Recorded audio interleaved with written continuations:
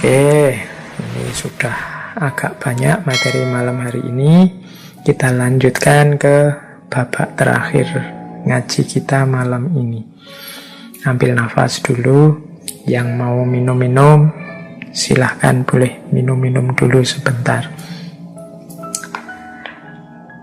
Oke, kita akhiri sesi ini dengan ini saya ngambil dari mana-mana tentang kematangan spiritual.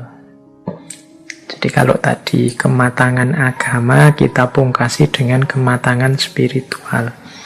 Jadi spiritual ini ranahnya lebih ke wilayah batinnya, membereskan diri kita secara spiritual dulu. Orang yang spiritualnya matang, insya Allah nanti keberagamaannya juga dewasa dan matang. Dia akan jadi problem solver, bukan lagi troublemaker. Dia akan memberi solusi untuk kehidupan ini dan bukan sumber masalah. Oke, kita mulai. Yang pertama, kematangan spiritual itu dicirikan ketika kita tidak lagi sibuk mengubah orang lain, namun lebih fokus mengubah diri sendiri. Jadi orang yang matang secara spiritual itu perhatian utama dan pertama adalah dirinya sendiri. Saya ini masih kurang, saya ini masih lemah, saya ini masih butuh perbaikan. Nah, ini menunjukkan orang ini sadar dan matang secara spiritual.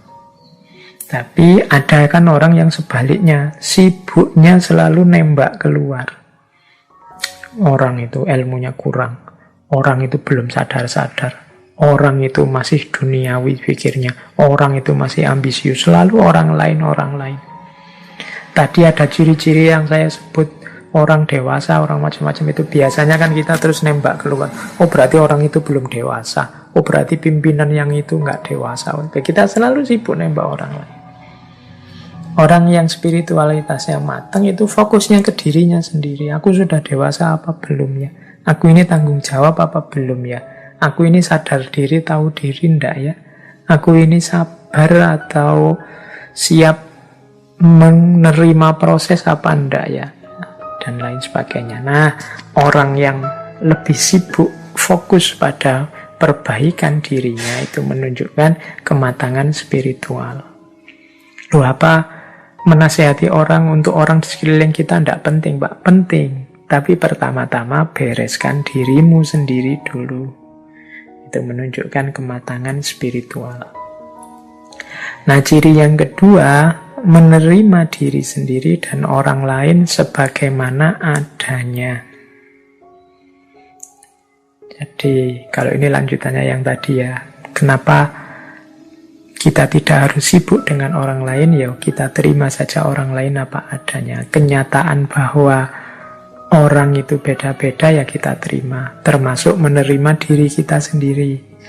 Banyak orang yang sukanya memarahi dirinya sendiri, yang kecewa terhadap hidupnya sendiri, sehingga dia selalu mempressure, menekan dirinya. Itu kalau tidak hati-hati nanti dari stres bisa jadi depresi, nanti jadi sakit jiwa. Terimalah dirimu apa adanya, juga orang lain. Bahwa kamu kurang ya, bahwa kamu ada kelemahan ya, tapi itu tidak dijadikan alasan untuk membenci dirimu, apalagi mengusir dirimu dari dirimu sendiri. Terimalah dirimu. Dan juga orang lain. Orang lain juga harus kita terima sebagaimana adanya. Itu ciri kedua. Berarti kalau sudah bisa menerima diri, menunjukkan kita sudah matang secara spiritual. Terus yang ketiga, tidak lagi membebankan beragam harapan kepada orang lain dan fokus untuk memberi atau berbagi. Orang yang matang secara spiritual itu tidak banyak membebankan harapan. Membebankan harapan itu Aku ingin engkau begitu. Aku butuh ustadz yang begini loh. Aku ingin dosen itu menurutku yang baik itu begini loh. Aku ingin punya teman itu yang ideal itu begini loh. Jadi kamu membebankan harapan-harapan, ideal-idealmu pada orang lain. Ini biasanya terus menyusahkanmu, membuatmu kecewa sendiri.